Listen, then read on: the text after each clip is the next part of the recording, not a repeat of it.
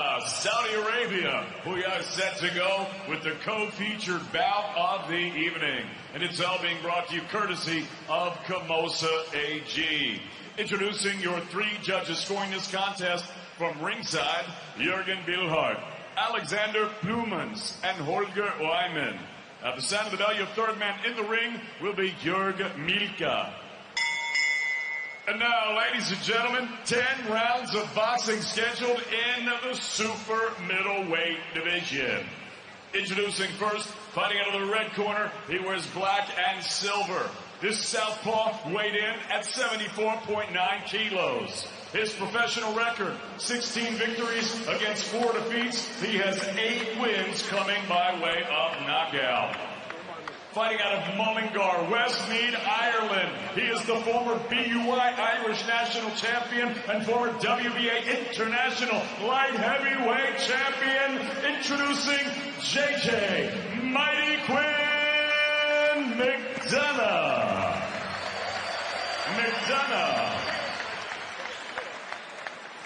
And his opponent across the ring fighting out of the blue corner. He wears the green with silver. He's scaled at a ready 76.2 kilos. His professional record, an excellent one. 26 victories, only 2 defeats. He has 20 big wins coming by way of knockout. He is the former British, Commonwealth, and European champion and former IBO super middleweight champion of the world.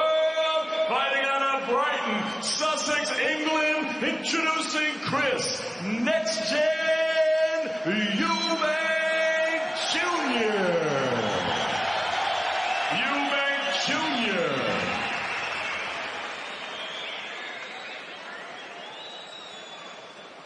Gentlemen, red corner, please. Gentlemen, follow me my commands, clean boxing, touch class. In the corner.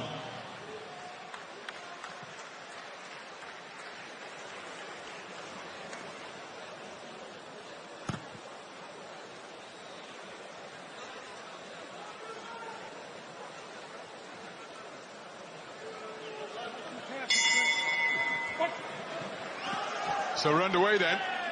Super middleweight action scheduled for 10 3-minute rounds between boxers who know one another very well indeed. The southpaw wearing the black trunks trimmed with silver. His 21st professional contest tonight.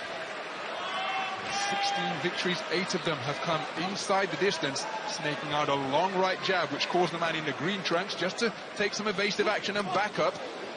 Using his feet to good effect there to make his opponent fall short. And that is Chris Eubank Jr., 29 years of age, competing in his 29th professional contest tonight. 28 victories, just 2 defeats, 20 wins inside the distance for a 71% knockout ratio. And it's worth noting that his 2 defeats have come against world-level operators, indeed men who went on to become or are indeed current world champions. The reversals suffered against Billy Joe Saunders, the reigning WBO middleweight champion of the world, and George Groves in his last contest. Here's a nice counter right jab on the retreat from JJ McDonagh, but it was George Groves who outpointed him while defending his WBA World Super Middleweight title last time. I think what is very evident, when you look at both these boxers, how big McDonagh is. Looks like he's in the next division up. He's been up at light heavy, remember. And Eubank Jr. has got a different sort of problem in facing a bigger man who's a southpaw. A little bit awkward. And we'll see how Eubank goes with this one, but he's not his normal aggressive on that front foot. He's just taking a look at his opponent. Well, he's stumbled backwards to the canvas, and I'm not quite sure if it's a leg injury that has befallen JJ McDonagh.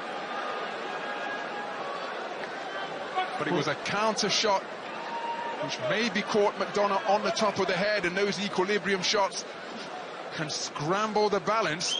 But McDonagh down on the canvas in dramatic fashion in this opening round. Chris Eubank Jr. remaining poised, patient, that right hand cocked. Low-held left hand content to fence and spar with him.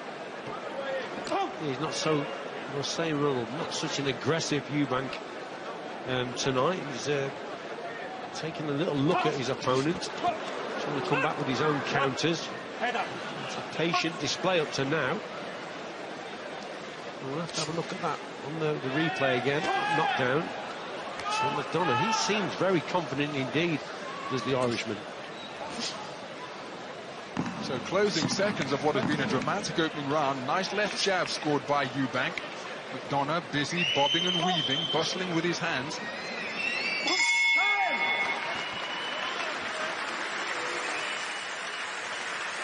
And into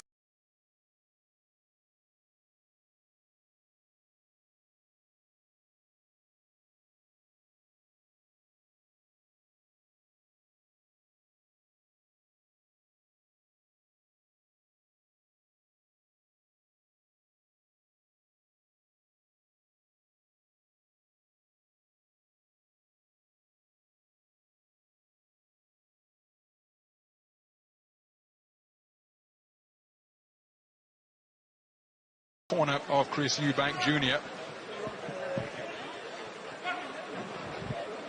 Referee Jorg Milker finally happy, calls time in to get this second round underway.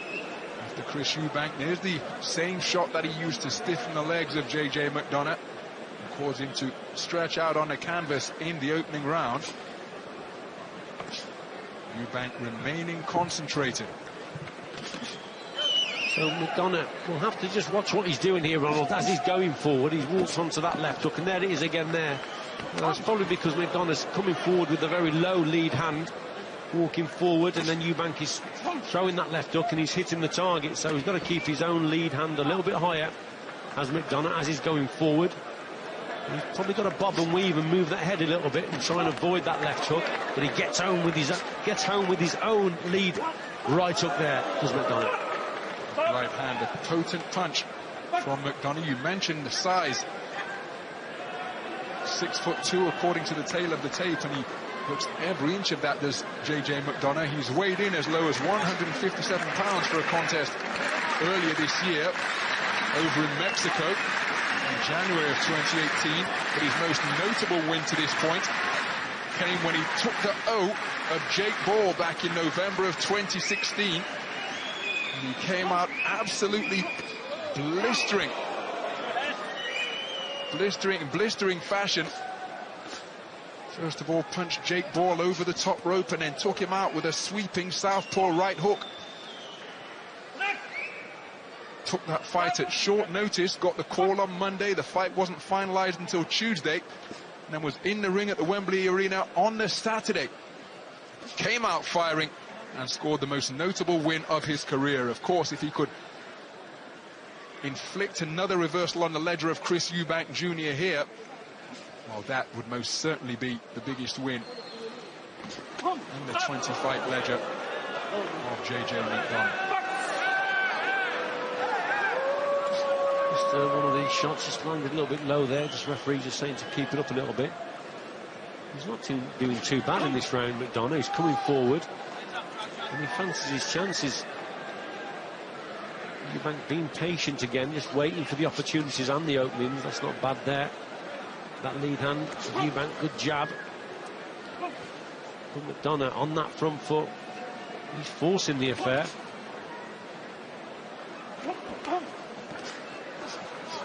Patient punch picking from Eubank on the back foot once again. Just keeping the distance between himself and his man, and using a rapier-like left hand in an attempt to keep his man at bay. Corkscrew left wasn't too far away from Eubank. Third round then.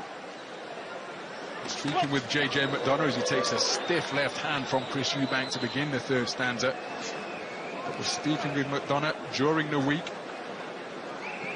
Both he and his manager and trainer, Kaz Evans, were adamant that they haven't taken this fight for the money as Eubank attempts a sweeping left hook which is short of the mark, but rather they feel that they have the measure of Chris Eubank Jr. And the reason that they feel that way is because McDonagh's younger brother Paddy, oh, that's a good left hand followed by a right from Eubank Jr. And then he went in with a right hand to the body, but McDonagh standing firm and still swinging away. Right hand's an effective shot to the torso once again from Eubank. Both boxers ignoring Eubank Milker's call to stop boxing. He's having to read the riot act in the direction of both boxers. McDonagh, difficult to discourage, still coming forwards and looking for that southpaw left. Lead right hand was blocked effectively by Eubank. But during the course of those sparring sessions that McDonagh's younger brother Paddy, a light heavyweight, enjoyed with Eubank last summer, they sparred dozens of rounds together.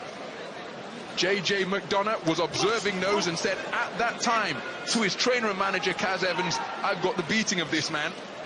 They actually sparred 3 rounds together themselves, but both men concede you really couldn't take too much away from the 3 rounds of sparring that they shared. But from the sparring that his younger brother engaged in, that is what's given JJ McDonagh the supreme confidence, not just to take this fight, but to believe that he can win it.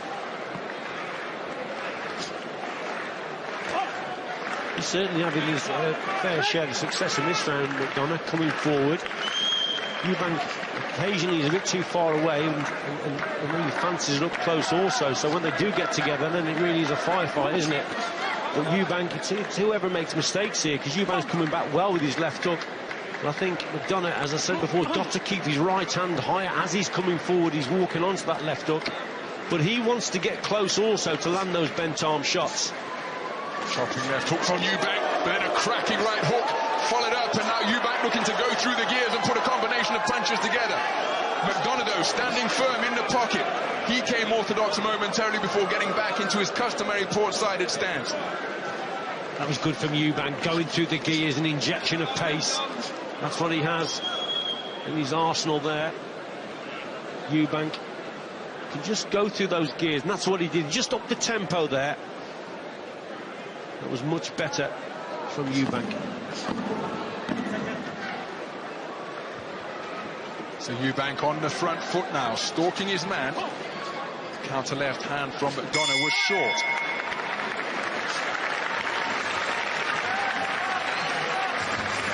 Well, despite going through the gears in that round, Chris Eubank... Here's some action here. Eubank.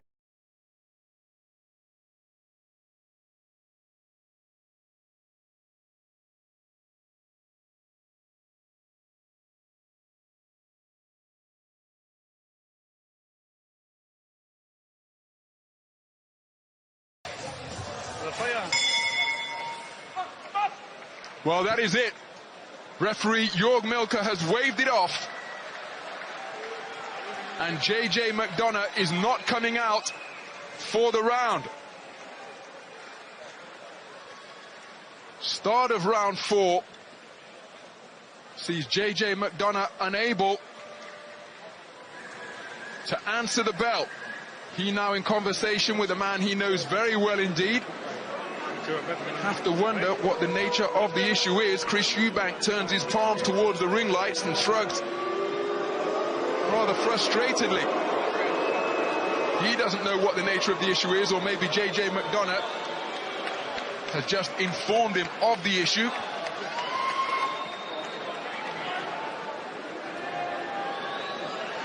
Chris Eubank Jr., remember, he was the substitute for the main event. And so he was in condition for a 12-round fight in the event that either of George Groves or Callum Smith were injured. JJ McDonagh just feeling his right shoulder up there in the corner with Kaz Evans, and we wonder whether that is a problem. It would be something of grim symmetry, because Chris Eubank Jr.'s previous opponent, George Groves, injured his shoulder of his lead hand.